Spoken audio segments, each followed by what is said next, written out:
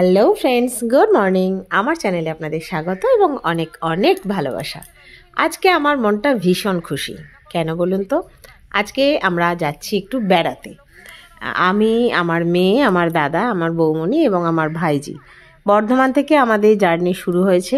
আমরা যাব সিমলা। তো পরপর সব ব্লগে আমি আপনাদের সাথে শেয়ার করব। সাথে থাকবেন, পাশে থাকবেন।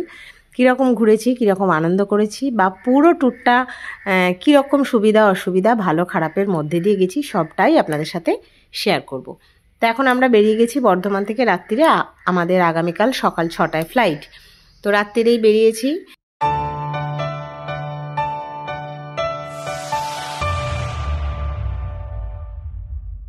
দেখেই বুঝতে পারছেন আমি এখন রয়েছি আমাদের বিজয় তোরণের সামনে, মানে বর্ধমান কার্জন গেট।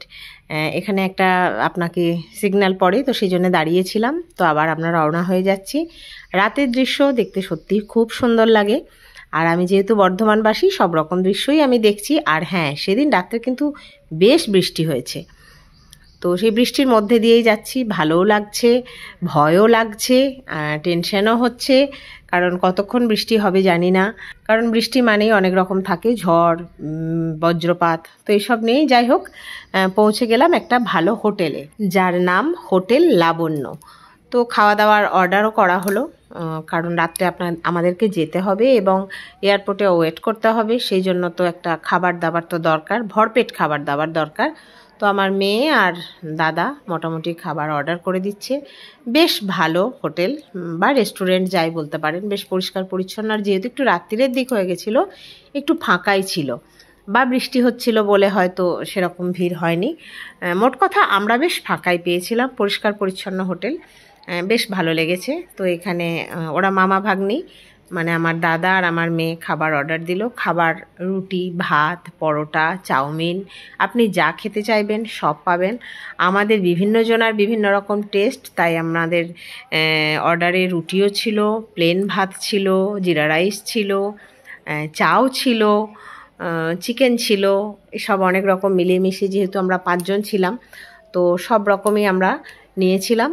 তো খাওয়া দাওয়া বেশ ভালো, কোয়ালিটি কোয়ান্টিটি দুটোই সুন্দর, ব্যবহারও খুব ভালো এবং বেশ পরিষ্কার পরিচ্ছন্ন, যেটা সব থেকে বড় কথা। বেশ ভালো লেগেছে, এক কথায় বেশ ভালো। কারণ আমরা প্রথম এটাই গেলাম, ওই দিকে গেলাম, রাত্রিরে গেলাম, তো সেই কারণেই আমাদেরকে এটা করতেই হতো। বাড়ি থেকে আমরা 8টার মধ্যে বেরিয়ে পড়েছিলাম। তো ওখানে আমরা 10টার মধ্যে ঢুকে এরম খাবার খেলাম। তো বেশ ভালো লেগেছে। তারপর খাওয়া দাওয়া হয়ে আবার আমরা রওনা হয়ে গেলাম।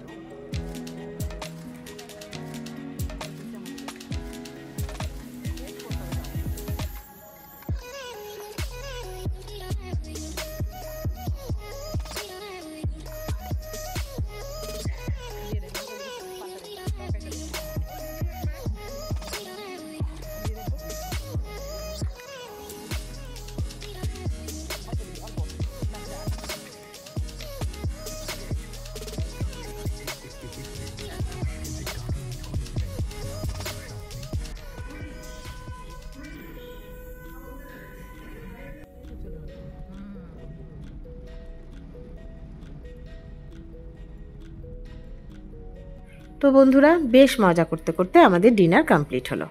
এবার আমরা আবার রওনা হচ্ছি এয়ারপোর্টের দিকে। আর বৃষ্টিটা এই মুহূর্তে একটু ধরেছে, মানে বন্ধ হয়েছে।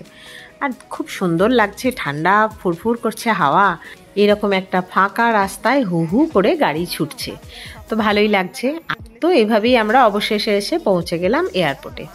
এয়ারপোর্টে এসে প্রথমে থেমেই যেটা করতে হবে, অবশ্যই আস্তে আস্তে গুনে গুনে একটি একটি করে লাগেজ নামাতে হবে। সেগুলো নামানো হলো, আর আমি এদিকে একটু ছবি টবি তুলছি, ওখানকার দৃশ্য একটু করে ক্যাপচার করছি। তো চলুন, নেক্সট ভিডিওয়ে আবার দেখা হচ্ছে। আজকের মতো এই ভিডিওটা এখানেই শেষ করছি। কেমন লাগলো জানাবেন, সাথে থাকবেন, পাশে থাকবেন, ভালোবাসা দিয়ে, লাইক দিয়ে, সাবস্ক্রাইব করে আমার সঙ্গে থাকবেন। আর অবশ্যই পরের পর দেখতে থাকুন আমার বেড়ানোর ভিডিও, আমার বেড়ানোর আনন্দ, আমার বেড়ানোর মজা।